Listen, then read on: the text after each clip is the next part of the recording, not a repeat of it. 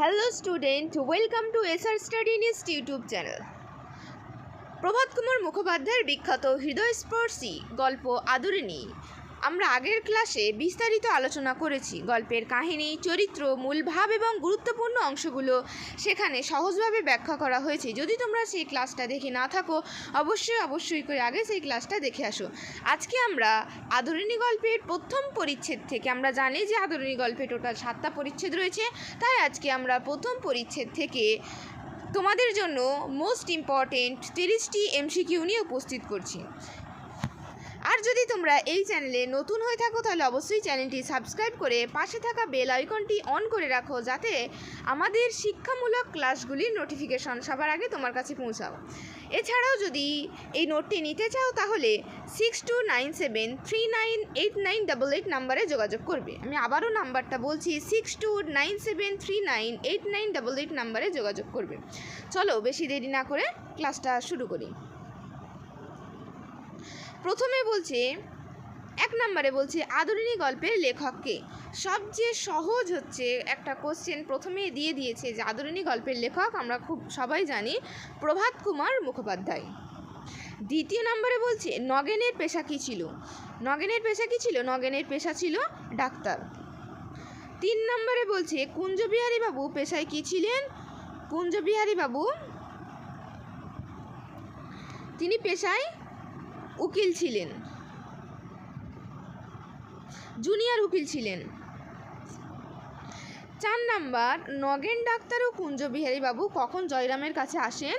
কখন আসেন? বিকেলে আসেন, অবসর সময় তাঁরা বিকেলে এসেছিলেন। এবার নাম্বার 5 নম্বরে কি বলছে যে তারা কি চিবাতে চিবাতে এসেছিলেন? তারা পান খেতে খেতে, অর্থাৎ পান চিবাতে চিবাতে এসেছিল। 6 নম্বরে বলছে জয়রাম মুখোপাধ্যায়ের পেশায় কী ছিল? জয়রাম মুখোপাধ্যায় পেশায় ছিল একজন মোক্তার। 7 নাম্বার বলছে মুক্তার হবে এখানে, যে মুক্তার শব্দের অর্থ কী? মুক্তার শব্দের অর্থ অন্য হয়, কিন্তু এখানে যেহেতু অপশান অনুযায়ী হয়, এখানে আমাদের অপশানে কি বলছে? বলছে মন্ত্রী, মুক্তার, মহাজন, ম্যানেজার। অবশ্যই কি হবে? মুক্তার হবে।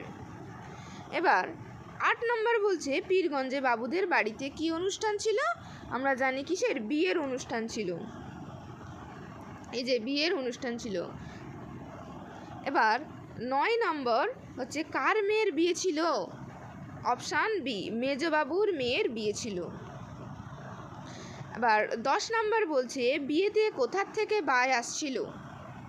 বিয়েতে বাই আসছিল বেনারস থেকে। অপশান সি হবে রাইট অ্যান্সার। 11 নম্বরে বলছে যে কোথার থেকে খেমটা আসছিল?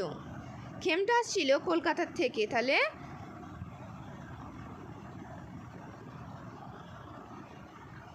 এবার 12 নম্বর বলছে জয়রামবাবু তখন কি করছিলেন? জয়রামবাবু তখন হুঁকা খাচ্ছিলেন। নাম্বার বি হবে রাইট অ্যান্সার। 13 নম্বরে বলছে জয়রামবাবু কত বছর ধরে পীরগঞ্জে স্টেটের বাঁধা মুক্তার ছিলেন? আমরা জানি 20 বছর, অর্থাৎ কত? 20 বছর। Number C right answer.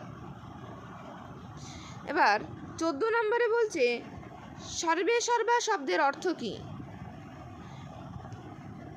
অর্থাৎ প্রধান কর্তা, এর অর্থ হচ্ছে প্রধান কর্তা। নাম্বার বি হবে রাইট অ্যান্সার। বিয়ের দাগেরটা হচ্ছে রাইট অ্যান্সার। এবার 15 দাগেরটা হচ্ছে জয়রামবাবু কোন গুণটি এই অংশে সবচেয়ে বেশি প্রকাশ পেয়েছে? কোন গুণটি প্রকাশ পেয়েছে?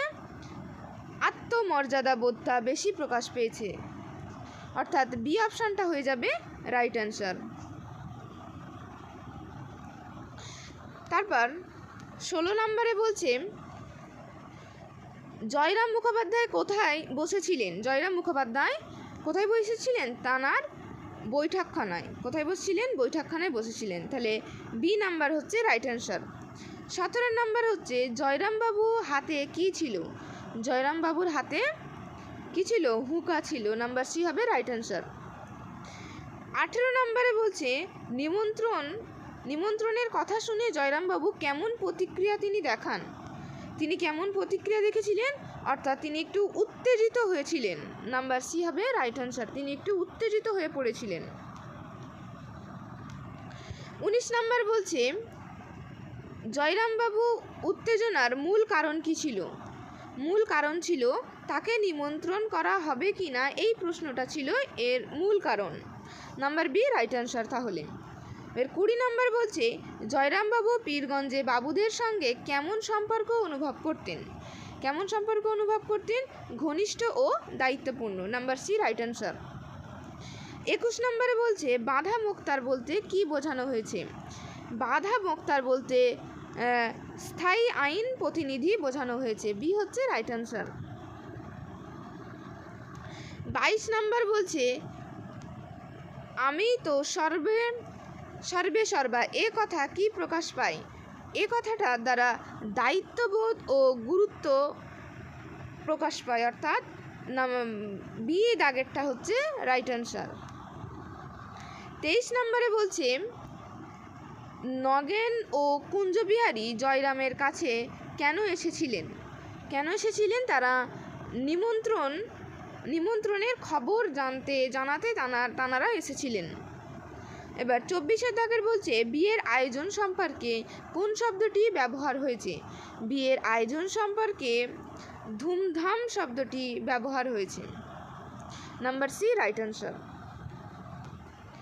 25 নম্বরে বলছে, খেমটা কি? খেমটা হচ্ছে এক ধরনের নৃত্য। তাহলে উত্তর হয়ে যাচ্ছে বি। 26 দাগের বলছে, বাই বলতে এখানে কাকে বোঝানো হয়েছে? বাই বলতে গায়িকা বা নৃত্য শিল্পীকে বোঝানো হয়েছে। নাম্বার এ দাগেরটা হয়ে যাচ্ছে রাইট অ্যান্সার। এবার 27 দাগে বলছে, জয়রামবাবু কোথায় কোন মানসিকতা? জয়রামবাবুর কথায় কোন মানসিকতা মানে স্পষ্ট, ঠিক আছে? অর্থাৎ বিয়ের দাগেরটা হয়ে যাচ্ছে রাইট অ্যান্সার, অর্থাৎ কি আত্মবিশ্বাস। এবার 28 দাগে বলছে, এই অংশে তৎকালীন সমাজের কোন দিকটি ফুটে উঠেছে? কোন দিকটি ফুটে উঠেছে? নাম্বার বি হয়ে যাবে রাইট অ্যান্সার, সামাজিক মর্যাদা ও নিমন্ত্রণ প্রথা। 29 দাগে বলছে, জয়রামবাবু কোন পরিবারের এস্টেটের সঙ্গে যুক্ত ছিলেন? নাম্বার বি হয়ে যাবে রাইট অ্যান্সার, পীরগঞ্জে বাবুদের বাড়ি থেকে। এবং 30 নম্বর কোশ্চেন হচ্ছে, প্রথম পরিচ্ছেদে প্রধান কোন চরিত্রের আত্মমর্যাদা ফুটে উঠেছে? আমরা এখানে অপশানগুলো এখানে যেহেতু বলেই দিয়েছে, তাও তোমরা এটা কমেন্টে বলার চেষ্টা করবে উত্তরটা কি হবে। না দেখে এই উত্তরটা দেওয়ার চেষ্টা করবে। তাও আমি বলে দিচ্ছি, এই উত্তরটা হয়ে যাচ্ছে অপশান সি, জয়রাম মুখোপাধ্যায়। কিন্তু তোমরা এটা কমেন্টে দেওয়ার চেষ্টা করবে। আজকের ক্লাসটি এই পর্যন্তই। যদি ক্লাসটি ভালো লেগে থাকে অবশ্যই একটি কমেন্ট, লাইক এবং বন্ধুদের মাঝে শেয়ার করতে ভুলো না। দেখা হবে পরের ক্লাসে। যদি এরকম আরও সুন্দর তোমরা ক্লাস চাও তাহলে অবশ্যই কমেন্টে জানাবে। দেখা হবে পরের ক্লাসে। Best of luck.